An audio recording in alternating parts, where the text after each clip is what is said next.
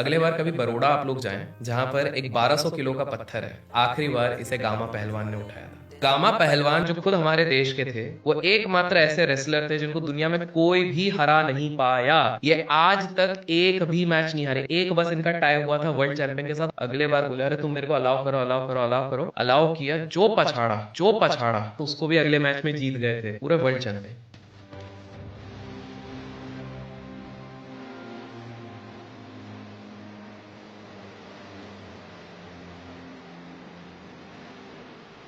नागा साधुस के बारे में बहुत सुना है मैंने। वहाँ पर पूरे साल पता नहीं कहाँ रहते हैं, 3 साल 4 साल, और इस टाइम पे वो महाकुंभ में आते हैं। लिमिटेड परसेप्शन बना के रखा हुआ है कि नागा साधु ऐसे तो ऐसे होते हैं। जिस लेवल का तप वो लोग करते हैं ना, उसका अगर 1% भी हम लोग कर लें तो भैया कहाँ से कहाँ पहुंच जाए। केवल नागा साधु नहीं, अघोरीज काफी आते हैं वहाँ पे।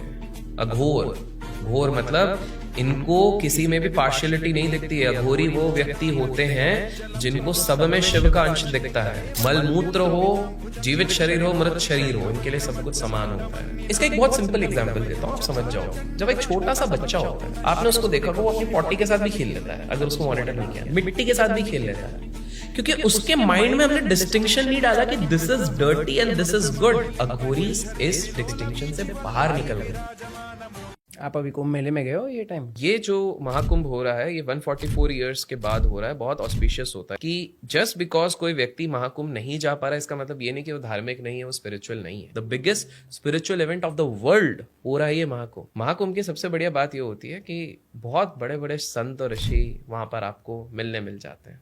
वहां पर बहुत सारे ऐसे सिद्ध पुरुष आपको मिल जाते हैं जिनकी एक झलक से भी क्या पता एनलाइटमेंट मिल जाए। उस समय पे एक्टर एक्ट्रेसेस जो बड़े बहुत रहते थे, समझ लो उस समय के अमिताभ बच्चन जब वो पार्टी थ्रो करते थे तो उनकी पार्टीज में वो लोग सेंट्स को भी बुलाते थे, सेजेस को बुलाते थे, स्पिरिचुअल को बुलाते थे, बिजनेस वालों को। तो उन्होंने बुलाया, तो उस पार्टी में स्वामी जी भी थे, निकोला भी थे। अब देखो यूएस तो यूएस रहा, दारू पीने का कल्चर तो उधर, पार्टी तो तब से ही चल रहा है। स्वामी जी तो करेंगे नहीं, ब्रह्मचार है। तो स्वामी जी और निकोला जी की बात हो गई वहां पे। स्वामी जी को इन्होंने फिजिक्स के बारे में बात करे। स्वामी जी बोले ये सारी चीजें तो हम अपने ग्रंथ में पढ़ चुके हैं। दोनों ने जो इंटरेक्शन उनका खतरनाक वाला हुआ, उसके बाद निकोला ने जितने पेपर्स निकाले आप जाके पढ़िए, उसमें संस्कृत शब्द हैं, क्योंकि इंट्रोड्यूस करवा दिया स्वामी विवेकानंद जी ने इनको।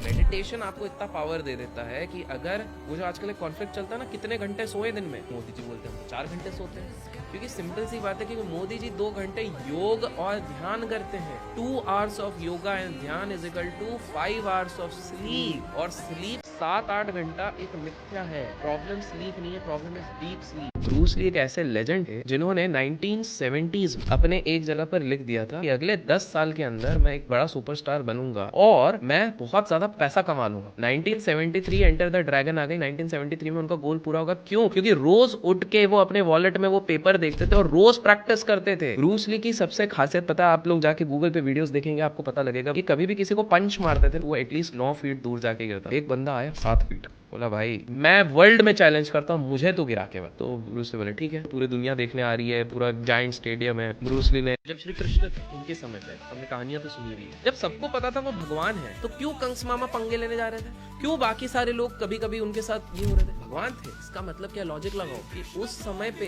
Only enlightened soul. तभी आप देखोगे जब टीवी पे भी देखते हो तो जो एनलाइटेंड थे, संत लोग थे, उनको पता था हु वाज